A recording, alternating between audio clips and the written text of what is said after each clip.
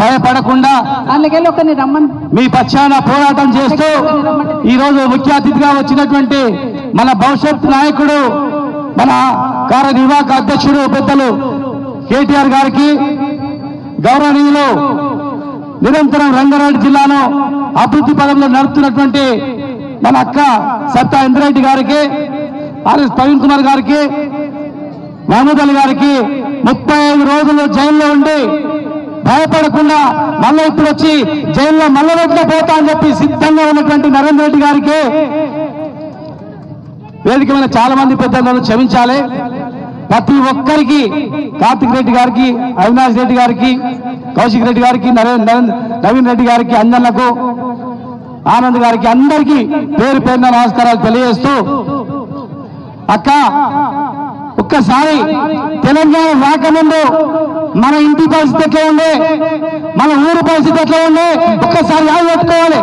మర్చిపోయినందుకే మళ్ళీ మనం పెట్టుకోవాలంటే మనం వెనకట్లాగా పరిస్థితి వచ్చింది. కేసీఆర్ గారు లేనప్పుడు, తెలంగాణ రానప్పుడు ఇదే రంగారెడ్డి జిల్లాలో మహబూబ్నగర్ లో తాడా నీళ్ళెక్క మా అక్కలు 2-3 కిలోమీటర్ల పిల్ల పెట్టుకొని పోయి వస్తుంది. స్నానం చేయడానికి కూడా ఒక బకెట్ లో ముగ్గురు స్నానాలు చేసే పరిస్థితి ఉండే. 200 పెన్షన్ ఉండే. రంగారెడ్డి జిల్లా, మహబూబ్నగర్ జిల్లా నుంచి బొంబాయి, పూణే బతుకుంటుంది. అక్కడ ఇలా బొంబాయిలో 6-7 కాన్స్టిట్యూన్సీలు మన మహబూబ్నగర్ రంగారెడ్డి జిల్లాలో అయితే గెలిచే పరిస్థితి ఉంది. అక్కడ అంటే 14 లక్షల మంది వలసైనటువంటి పరిస్థితి, ఉద్యోగాలు లేక, పంటలు వండక ఈనాటి దినంలో ఉంటుంది. మరి తెలంగాణ వచ్చిన తర్వాత ప్రాణాలకు తెగించి తెలంగాణ తెచ్చుకొని తెలంగాణ డెవలప్ చేసిన తర్వాత ఈ రోజు ఈ 10 సంవత్సరాల్లో 200 పెన్షన్లు 2000 చేసి రైతు బంధు వచ్చి ఆ రోజు కరెంట్ లేక కష్టాలుండే, పిండి గిరిగా నడవకుండే, కరెంటు 24 గంటలు కరెంట్ ఇచ్చి ఇలా వస్తుంటే ఇండస్ట్రీ చూపించారు.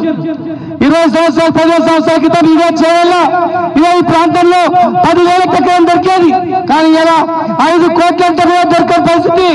మన పిల్లలకు భవిష్యత్తు చూపించి కేటీఆర్ గారు ఇండస్ట్రీ తీసుకొచ్చి ఇక్కడ అన్ని రకాల అభివృద్ధి చేస్తే ఇలా మోసపోయి అబద్ధ మాటలు చెప్తే ఓట్లేసి ఇలా ఏమైంది పరిస్థితి?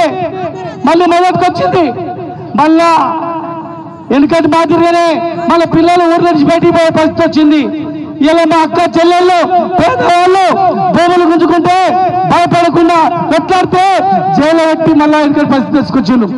కేటీఆర్ గారు నిన్న చూసిండ్రు, నిన్న ఒక ఆఫీస్కి ఇచ్చిండ్రు, మొన్న ఆఫీస్కి ఇచ్చిండ్రు. ఎందుకు? తెలంగాణ తెచ్చినందుకు, మన పక్షాలు కొట్లాడుతున్నందుకు, మనకి ఇండస్ట్రీ తెచ్చినందుకు, మన జీవితాలు బాగు చేసినందుకు ఎందుకు కేసీఆర్ జైలు పెడుతున్నారు? ఒక్కసారి ఆలోచన చేయండి. ఈ కుటుంబం, ఈ కేసీఆర్ గారు, ఈ కేటీఆర్ గారు వెంబడినటువంటి సైన్యం అని అడిగినా కొట్లాడుతుంది, భయపడదు, ప్రజల పక్షాలు ఉంటది. వీళ్ళని బదనాం చేయాలి, పబ్లిక్ లో బదనాం చేసి దూరం చేయాలని చెప్పి ప్లాన్ చేస్తా ఉన్నారు. కానీ తెలంగాణ ప్రజలకు తెలుసు, కేసులు మనకు కొత్త కాదు, జైలు కొత్త కాదు. నేను చాలా సందర్భాల్లో కేటీఆర్ గారిని అన్న ఇన్ని కేసులు పెడుతున్నారు ఎట్లా అంటే, ఈ ప్రజల గురించి నేను జైల్లో ఉంటా, నెల కాదు 2 నెలలు జైల్లో ఉంటా, మనం జైలుకు భయపడే వాళ్ళం కాదు. ఖచ్చితంగా మళ్ళా తెలంగాణను పూర్వవైపు తీసుకురావాలి. ఖచ్చితంగా ఈ పేద పక్షాన మనం కొట్లాడాలని చెప్పి ఇలా ధైర్యంగా మీ పక్షాన కొట్లాడుతున్నందుకే కేసుల మీద కేసులు పెట్టి జైలు పంపించి అప్రతిష్ట పాలు చేయాలని ప్రయత్నం చేస్తా ఉన్నారు. ప్రతి ఒక్క తెలంగాణ బిడ్డ గమనించాలా.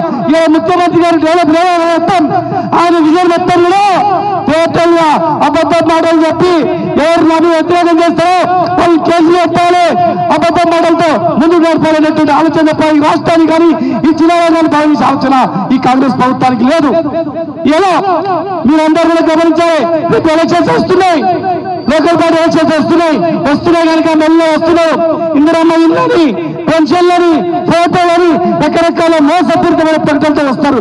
గుర్తుపెట్టుకోవాలి, పొరపాటున కాంగ్రెస్ గిట్లా మళ్ళీ ఓటు వేసినాకో ఉన్న 2000 పెన్షన్ పోతుంది. ఉన్నది ఇప్పటికే రైతు బంధు పోయింది, అన్ని పోయినాయి. ఉండగా ఒకటి మిగిలింది 2000 పెన్షన్. 4000 ఇస్తాను కదా, ఉన్న 2000 పోయే పరిస్థితి కూడా వస్తుంది. కనుక ఈ రోజు ఎవరం కూడా భయపడే పరిస్థితి లేదు. తిరగబడదాం, ఉరికిద్దాం, ఒక్కొక్కరిని ఊళ్ళకి రానియకుండా హామీలు నెరవేర్చి ఊళ్ళకి రావాలి. హామీలు నెరవేర్చి ఊళ్ళకి రావాలి. ఊరికి ఎవరు వచ్చినా రేపు లోకల్ బాగా చెల్లో రూరల్ ట్రాఫిక్ కార్యాలయందరూ కూడా అడగాలి. ఎవరి కార్యాలయం లిస్టు తయారు చేసుకోండి, గ్రామాల వారికి లిస్టు తయారు చేసుకొని వాళ్ళు వచ్చిన వాళ్ళకు లిస్టు ఇవ్వండి. మహిళల పెన్షన్ ఏమైందో అడగండి, మహిళల పెన్షన్ ఏమైందో అడగండి, రైతు బంధు ఏమైందో అడగండి. వాళ్ళకి చేసినట్టు మీరు ఎవరు భయపడతో మీ పక్షాన మీకు ఖచ్చితంగా ఉంటాం. భవిష్యత్తులో మళ్ళీ కేసీఆర్ గారు ముఖ్యమంత్రిగా అవుతాడు. ఖచ్చితంగా ఈ రోజు మనం ఇబ్బంది పెట్టిన వాళ్ళని ఒక్కొక్కరిని ఏ గ్రామంలో ఏ నాయకుడు మిమ్మల్ని ఇబ్బంది పెట్టినా, ఏ జిల్లాలో ఎవరు ఇబ్బంది పెట్టినా రాసి పెట్టుకోండి. అధికారులు కూడా జాగ్రత్త. ఉట్టేదే కేసులు ఎత్తి భయపెట్టే ప్రయత్నం చేస్తే రేపు మా ప్రభుత్వం వచ్చిన తర్వాత ఎవరిని కూడా వదిలిపెట్టాల్సిన మీరు గుర్తు పెట్టుకోవాలని తెలియజేస్తే జై తెలంగాణ.